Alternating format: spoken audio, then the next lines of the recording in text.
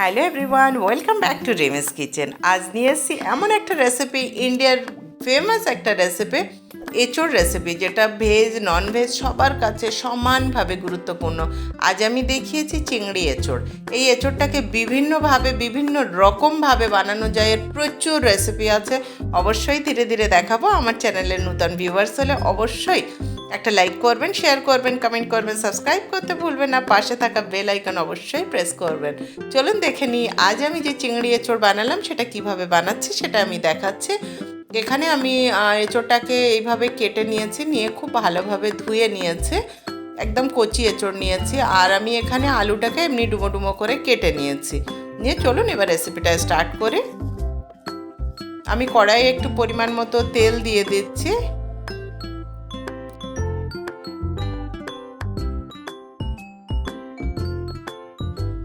এঁচোড়ের কোপ্তা হয়, বিরিয়ানি হয়, এছাড়া ভেজ নন ভেজ প্রচুর রেসিপি আছে, অবশ্যই দেখাবো। আগে বললাম আমি এখানে ফোড়ন হিসাবে ব্যবহার করলাম তেজপাতা, কয়েকটা এলাচ, আর দু তিনটে না 4-5টা মতো লবঙ্গ, একটু দারচিনি ফোড়ন হিসাবে ব্যবহার করেছি। আর আমি এখানে দুটো মিডিয়াম সাইজের পেঁয়াজ কেটে রেখেছিলাম, সেটা আমি এখানে দিয়ে দিলাম। দিয়ে আমি লাল লাল করে ফ্রাই করে নেব।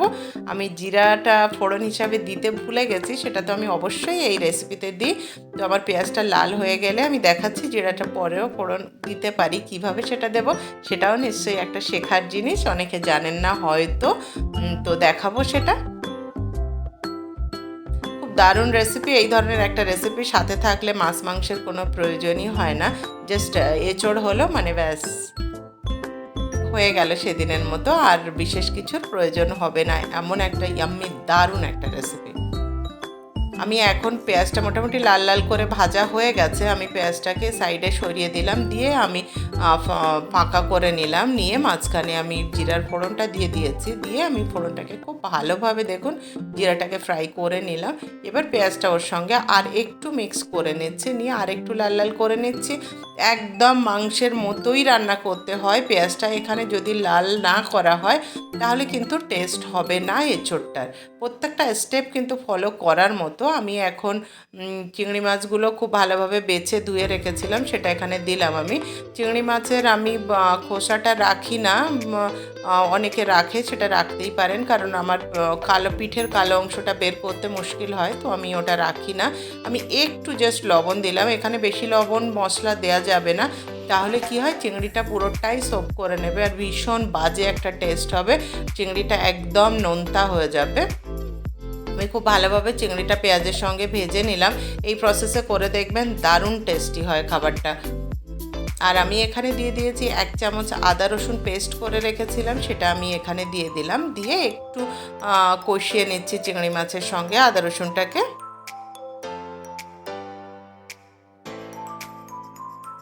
এই রেসিপি যদি ভালো লাগে অবশ্যই একটা কমেন্ট করে জানাবেন কেমন হলো, আর আপনারা বানাবেন এই প্রসেসে সেটা কেমন হলো অবশ্যই সেটাও একবার জানাবেন আমাকে।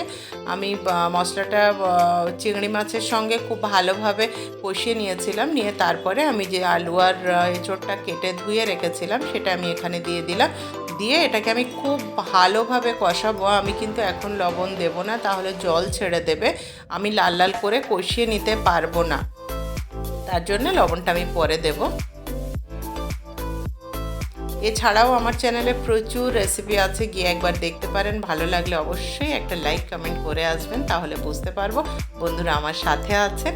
আর আপনারা যদি আমার সাথ দেন তাহলে ভালো ভালো রেসিপি নিয়ে আসার মানসিকতা তৈরি হবে, এবং অবশ্যই আসবো। আর কি রেসিপি দেখতে চান সেটাও জানাবেন, অবশ্যই দেখানোর চেষ্টা করব। আমি ভালোভাবে একটু ভেজে নিলাম, নেওয়ার পরে আমি এখানে 1/2 চামচ হলুদ গুঁড়ো দিয়ে দিলাম, আর 1/2 চামচেরও কম একটু জিরা গুঁড়ো দিলাম, যেহেতু জিরা ফোড়ন দিয়েছি বলে একটু কম দিলাম।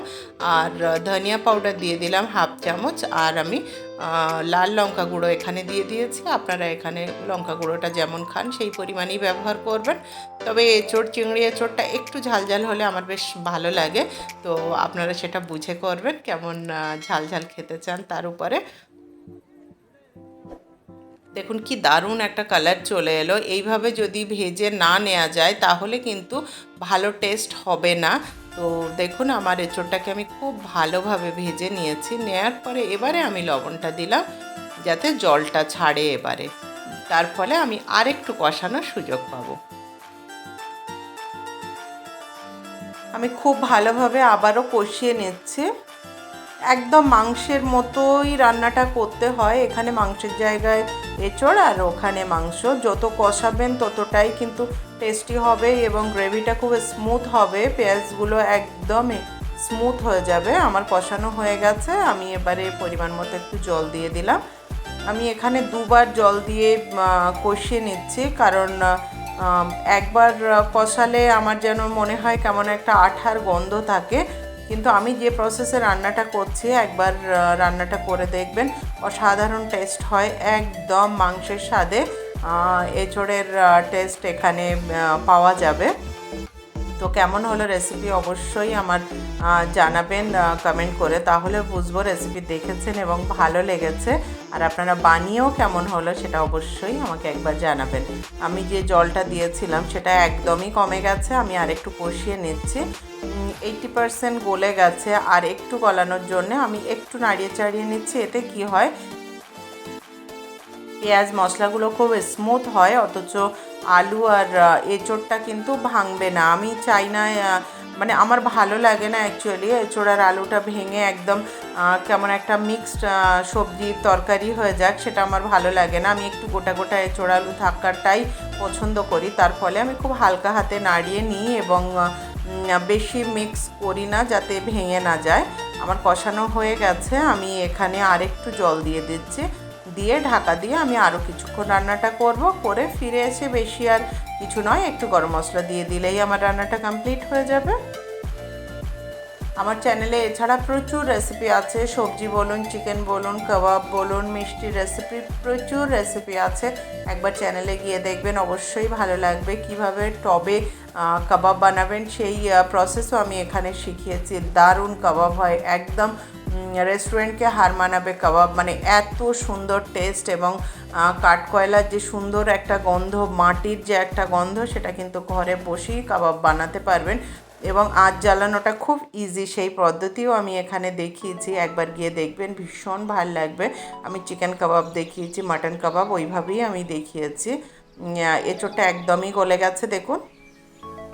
আমি এবার একটু হালকা হাতে নাড়িয়ে চাড়িয়ে নিচ্ছি। অনেকে আর একটু গ্রেভিটা রাখে। আমি খুব বেশি গ্রেভি এখানে রাখছি না, তবে একেবারে কম রাখবো না, যাতে আলুটা একদম, আলুও তো একটু টানবে জলটা, তার ফলে একদম ড্রাই হয়ে যাবে। একটু মাখা মাখা হলেই বেশি ভালো লাগে। আমি এখানে হাফ চামচ গরম মশলা গুঁড়ো দিয়ে দিয়েছি, দিয়ে একটু নাড়িয়ে চাড়িয়ে ঢাকা দিয়ে রেখে দিচ্ছি। দিয়ে এবার চলুন সার্ভ করে নিই আমার এঁচোড় চিংড়ি। আমি প্রত্যেকটা রেসিপিতে দেখিয়েছি গরম মশলা দিয়ে একটু ঢাকা দিয়ে দিই। এর ফলে কি হয়, পুরো গরম মশলার যে গন্ধটা সেটা পুরো খাবারের মধ্যে অ্যাবজর্ব করে নেয় এবং ভীষণ সুন্দর একটা গন্ধ হয়। আমার এঁচোড় চিংড়ির দারুণ একদমই রেডি। এখানে দেখুন দারুণ রকম দেখতে হয়েছে, খেতে ঠিক অতটাই টেস্টি হয়। অবশ্যই আমার এই রেসিপি ফলো করে একবার বানাবেন। আর ভালো লাগলে অবশ্যই লাইক, শেয়ার, কমেন্ট করতে ভুলবেন না। আর সাবস্ক্রাইব তো অবশ্যই করবেন, আর পাশে থাকা বেল আইকন প্রেস করে রাখবেন। বেল আইকনটা প্রেস করে রাখলে আমার চ্যানেলের সাথে থাকতে পারবেন। আমি কোনো রেসিপি আপলোড করলে তার নোটিফিকেশানটা পেয়ে যাবেন।